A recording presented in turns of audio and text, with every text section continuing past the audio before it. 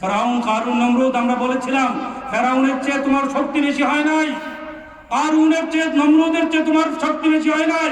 মনে রাখবে, আজ হয় কাল তুড়ে মরো, তোমার পতন হবে নেই হবে, এমন পতন হবে। এই জায়গায় বসে গত বছর বার্ষিক মাহফিলে এই অধম বলে গিয়েছিলাম, তোমার পতন এত হবে। এর আগের বছর বলেছিলাম এমন পতন হবে যেই পতন পৃথিবীর ইতিহাসে আর কেউ দেখে নাই, দেখবেও না, দেখছেও না, দেখবেও না। কি বলেন, ঠিক কি ঠিক না? কোনো ভয় আছে? আরে যেই জাতি মৃত্যুকে ইবাদত মনে করে, যেই জাতি রক্তপাত করাকে, শহীদ হওয়াকে, শাহাদাতকে যেই জাতি ইবাদত মনে করে, সেই জাতির সামনে কোনো ধরনের কোনো শক্তি বাধা হতে পারে না। কি বলেন, পারে? পারে না। তাকবীর দেন, লিল্লাহি তাকবীর, আল্লাহু আকবার। হয় না, আরো জোরে হতে হবে, লিল্লাহি তাকবীর, আল্লাহু আকবার, লিল্লাহি তাকবীর, আল্লাহু আকবার। সাবিলুনা সাবিলুনা আল জিহাদ, আল জিহাদ। সকলে বলেন, সাবিলুনা সাবিলুনা আল জিহাদ, আল জিহাদ। সাবিলুনা সাবিলুনা আল জিহাদ, আল জিহাদ। তরিকুনা তরিকুনা আল জিহাদ, আল জিহাদ। তরিকুনা তরিকুনা আল জিহাদ, আল জিহাদ। ও আমার ভাইরা, জিহাদ ছাড়া এই পৃথিবীতে দিন আসে নাই। ইসলামী রাষ্ট্র, ইসলামী রাষ্ট্র যদি কায়েম করতে হয়, আপনাকে জিহাদের পদ্ধতি আসতে হবে। ইসলামী খেলাফত জিহাদ ছাড়া গণতন্ত্রের মাধ্যমে কোশ্চিনকালও আসে নাই, আসবেও না। আজকে তাকান আমাদের পার্শ্ববর্তী রাষ্ট্র আফগানিস্তানের দিকে, ইনশাআল্লাহ সুম্মা ইনশাআল্লাহ অচিরে সারা ওয়ার্ল্ডের মধ্যে এক নম্বরে শক্তি, পাওয়ার, অর্থনৈতিক, অস্ত্র সব দিক থেকে চলে আসতেছে।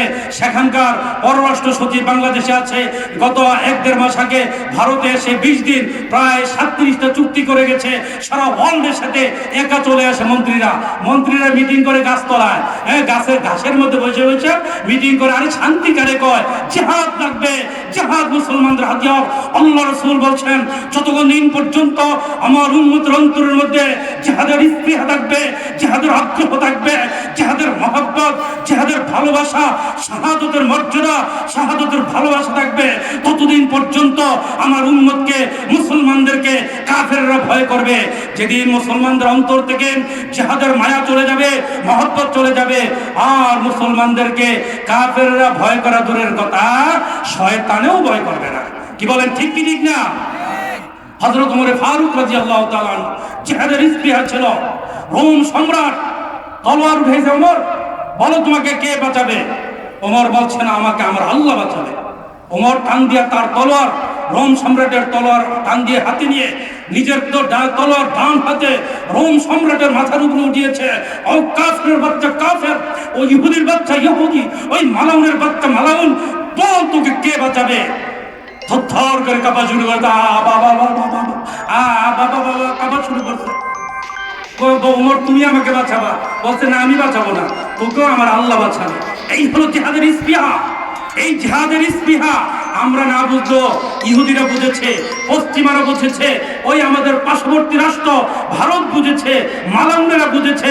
যার কারণে গত 16টা বছর জিহাদকে বিকৃত করে, মুজাহিদদেরকে বিকৃত করে, আলেম ওলামাদেরকে জঙ্গি বানিয়ে, মাদ্রাসাগুলোকে জঙ্গিবাদের প্রজনন কেন্দ্র বানিয়ে তারা জুলুম করেছে, তথ্য সন্ত্রাস চালিয়ে তারা বাংলাদেশের পরিবেশকে নষ্ট করেছে।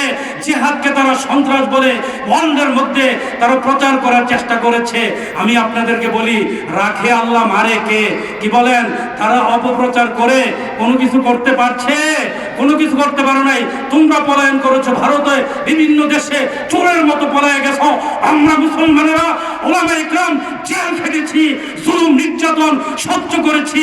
শাপলা চত্বরে শত শত হাজার হাজার ওলামায়ে ইকরাম তৌহিদি জনতা রক্ত দিয়েছে, আমাদের বিবিদেরকে বিধবা করেছে, আমাদের অনেক মুজাহিদ ভাইয়েরা, শহীদেরা ছেলে মেয়েকে এতিম করেছে। তারপরে তারা তোমাদের বাতিলের সাথে আপোষ করে নাই। আমি আপনাদেরকে দাওয়াত দিচ্ছি, এই বাংলার জমিনে, শাহজালালের জমিনে, শাহপরানের জমিনে, শাহ মাকদুমের জমিনে, হাফিজ হুজুরের জমিনে, পিচ্চু হুজুরের জমিনে, এই ফজলুল হক আমিনের জমিনে পীর সাহেব মরহুম চরমনের জমিনে, এই জমিনের মধ্যে আজ হোক কাল হোক বাংলাদেশের সংসদে কালিমা খচিত পতাকা পথ করে উঠতে থাকবে ইনশাআল্লাহ।